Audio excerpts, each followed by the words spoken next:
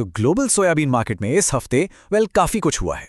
चीन की तरफ से एक बहुत बड़ी खरीदारी हुई है जिसने सबको चौंका दिया, और ऊपर से यूएसडीए की जो नई रिपोर्ट आई है उसने तो बाजार की पूरी तस्वीर ही कह सकते हैं बदल दी है। तो आज हम इन्हीं बड़ी घटनाओं को समझने की कोशिश करेंगे, देखेंगे कि कीमतें और आने वाले ट्रेंड्स किस तरफ इशारा कर रहे हैं।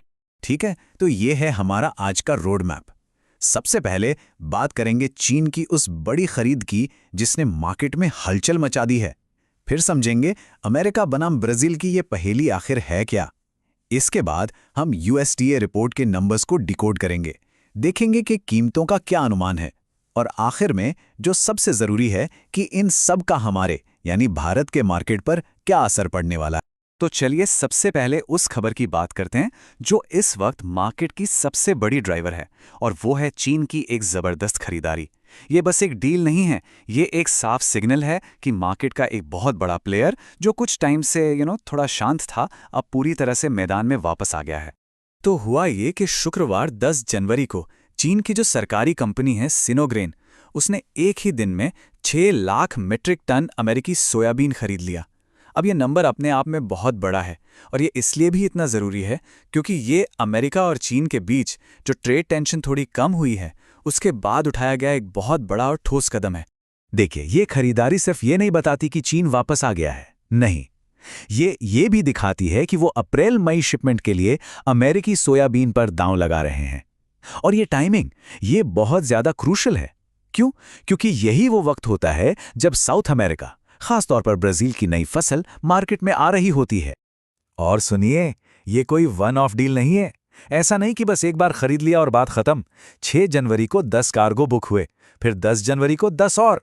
मतलब ये एक पूरा पैटर्न है, और ये इशारा कर रहा है एक बड़े टारगेट की तरफ। फरवरी के अंत तक लगभग 1.2 करोड़ टन सोयाबीन खरीदने का लक्ष्य। सोचिए, बाजार के लिए इससे बड़ा डिमांड सिग्नल और क्या हो सकता है। लेकिन अब यहीं पर एक बहुत दिलचस्प सवाल खड़ा होता है। अगर ब्राजील में रिकॉर्ड तोड़ फसल हो रही है और वो सस्ती भी पड़ रही है, तो फिर चीन महंगा अमेरिकी सोयाबीन आखिर खरीद क्यों रहा है? यही वो पहेली है जिसे सुलझाना मार्केट को समझने के लिए बहुत जरूरी है। तो देखिए, यहां पर मार्केट का जो टेंशन पॉइंट है वो बिल्कुल साफ है।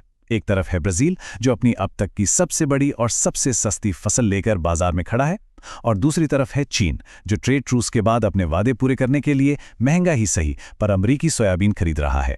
ये आप कह सकते हैं सप्लाई और जियोपॉलिटिक्स के बीच की एक क्लासिक खींचतान। तो इस पहेली को सुलझाने के लिए अब हमें सीधे नंबर्स की दुनिया में चलना होगा, और इसके लिए हम देखेंगे यूएसडीए की लेटेस्ट रिपोर्ट। यही वो रिपोर्ट है जो हमें सप्लाई और डिमांड की असलियत बताएगी, और शायद ये भी कि बाजार आगे किस तरफ जा सकता है। तो रिपोर्ट की जो पहली और सबसे बड़ी बात सामने आई है वो ये है कि यूएसडीए ने अमेरिका में कुल तिलहन यानी ऑयलसीड प्रोडक्शन का अनुमान बढ़ा दिया है। अब ये 12.62 करोड़ टन पर पहुंच गया है।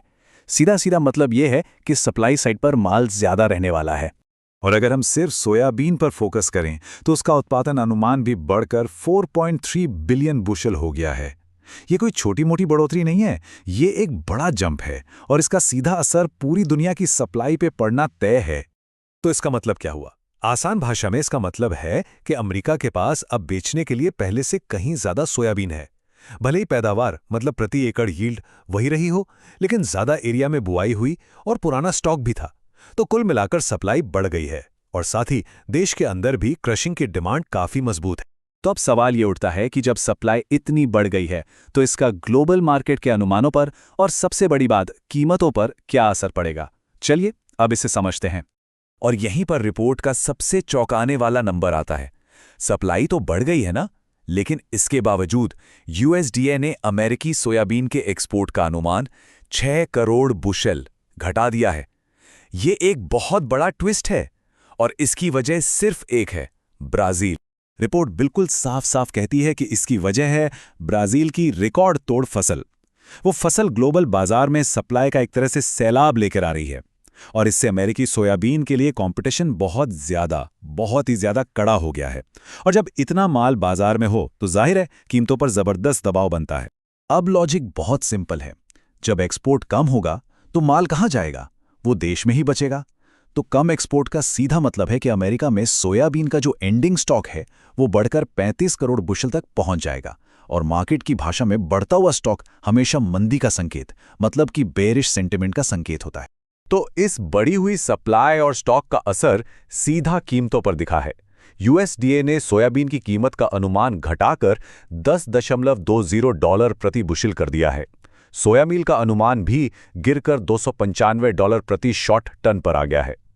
लेकिन यहां एक इंटरेस्टिंग बात है। सोया तेल की कीमत 53 सेंट प्रति पाउंड पर जस की तस बनी हुई है, मतलब ऑयल मार्केट में अभी भी मजबूती है। तो अब इन सारे ग्लोबल ट्रेंड्स को एक साथ रखकर देखते हैं कि हमारे लिए यानी भारत के एडिबल ऑयल मार्केट के लिए इसका क्या मतलब है।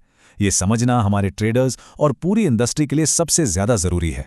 तो अगर इसे सम अप करें तो सोयाबीन और सोया मील के लिए मार्केट का सेंटिमेंट पूरी तरह से बेरिश है, मतलब मंदी का रुख है। कीमतों पर दबाव बना रहेगा, इसकी पूरी संभावना है। लेकिन दूसरी तरफ जो एडिबल ऑयल का मार्केट है उसके स्थिर रहने की उम्मीद है। तो भारत में जो ट्रेडर्स और इंपोर्टर्स हैं उनके लिए मैसेज बिल्कुल क्लियर है। कच्चा माल यानी सोयाबीन की कीमतों में नरमी देखने को मिल सकती है, लेकिन जो फाइनल प्रोडक्ट है यानी एडिबल ऑयल, उसकी कीमतों में किसी बड़ी तेजी की उम्मीद फिलहाल नहीं करनी चाहिए। तो अब आखिर में सवाल ये बचता है कि अगर तेल की कीमतें स्थिर रहने वाली हैं तो फिर मार्केट में अगला बड़ा मूव कहां से आएगा? क्या वो कोई जियोपॉलिटिकल टेंशन होगी, या मौसम में कोई बड़ा बदलाव आएगा, या फिर कोई देश अचानक अपनी पॉलिसी बदल देगा? इन्हीं फैक्टर्स पर अब नजर रखनी होगी, क्योंकि आगे की रणनीति यहीं से तय होगी।